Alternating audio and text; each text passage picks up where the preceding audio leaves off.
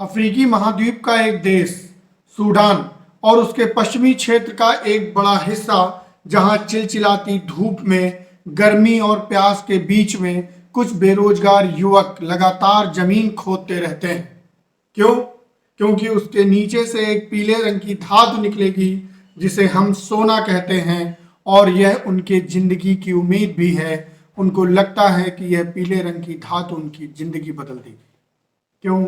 क्योंकि अफ्रीका का यह देश सूडान एक अपरिमित खजाना है सोने का, लेकिन हम यह नहीं भूल सकते कि यह सोना ही है जो वहां पर बम बरसाने की वजह बन गई है।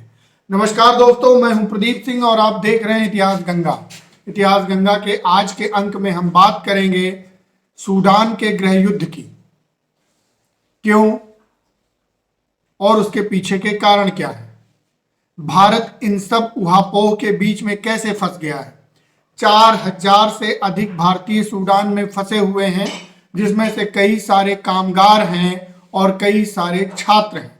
उनके लिए भारत क्या कह रहा है और क्या करने की योजना बना रहा है, इन सब पर बिंदुवार चर्चा करेंगे।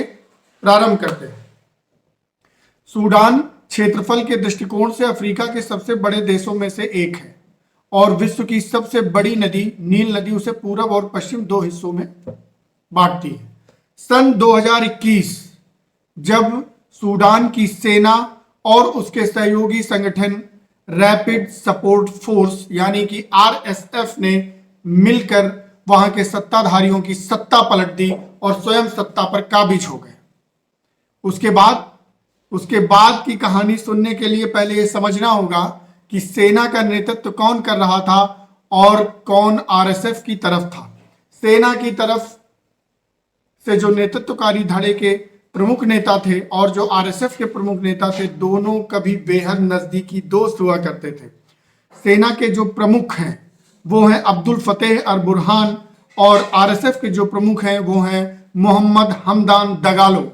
दोनों को हेमेदती के नाम से जाना जाता है। जब इतनी गहरी दोस्ती थी तो यह दुश्मनी में कैसे बदल गई? हमेशा जानते हैं कि अगर गहरी दोस्ती कभी टूटती है तो वो सबसे गहरी दुश्मनी बदल जाती है। बात और कुछ नहीं, केवल अपने स्वार्थों की है। क्योंकि सूडान में सोने के बहुत बड़े भंडार हैं और दोनों को उस पर अपना कब्जा चाहिए। जो ज्यादा से ज्यादा सोना हासिल करेगा वो ज्यादा से ज्यादा डॉलर कमाएगा और उन डॉलरों से ज्यादा हथियार खरीदेगा और हथियार से होगी सत्ता पर काबिज होने की तैयारी। आरएसएफ के जो नेता हैं उनको ये लगता है कि मुझे सेना प्रमुख के बराबर के दायित्व दिए जाएं, अधिकार दिए जाएं और लाभ में हिस्सा दिया जाए। लेकिन जो पहले से सत्ता पर काबिज हो चुका है वो कहां किसी को आगे बढ़ने देगा। इन दो धड़ों के बीच ये जो तकरार है, यही तकरार गृह युद्ध का रूप ले लेती है और विदेशी देश इसमें अपनी रोटियां सेकने लगते हैं।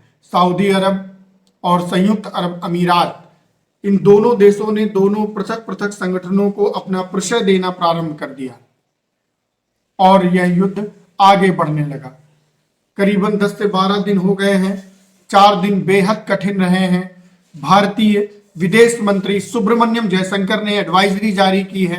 वहां पे रह रहे भारतीयों को, छात्रों को ट्वीट करके सलाह दी है कि अधिक से अधिक समय अपने घरों में रहें, अपने राशन की आपूर्ति करें। अगर मदद की आवश्यकता हो तो सर्वप्रथम अपने पड़ोसी से बात करें, घर से बाहर ना निकलें, सुरक्षित रहें।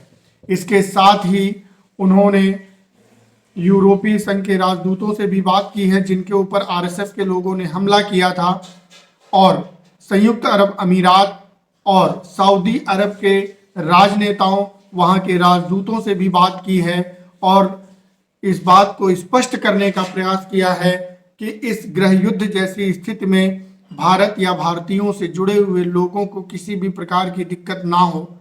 और लगातार यह प्रयास किया जा रहा है कि कोई बड़ी एयरलिफ्ट करके या ऑपरेशन राहत चलाकर जो लोग वहां फंसे हुए हैं उनको तब तक के लिए भारत ले आया जाए जब तक वहां की स्थिति सामान्य नहीं हो जाती।